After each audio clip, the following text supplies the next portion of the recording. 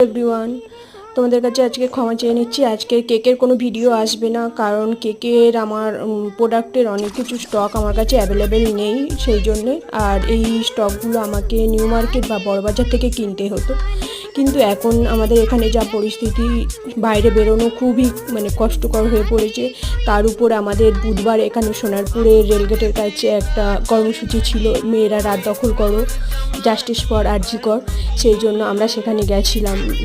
যাওয়ার পর থেকে আমাদের পরিস্থিতি আরও বেশি খারাপ হয়ে গেছে, সেই জন্য আর বাইরে বেরোনোও যাচ্ছে না।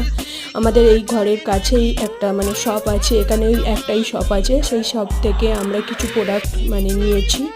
এই প্রোডাক্টেই আমাদের এখন কাজ করতে হবে। আর এখন যা পরিস্থিতি, প্রত্যেক দিন কেকের ভিডিও দিতে পারবো কি সেটাও আমি বলতে পারছি না। তোমরা প্লিজ অ্যাডজাস্ট করে নিও। আর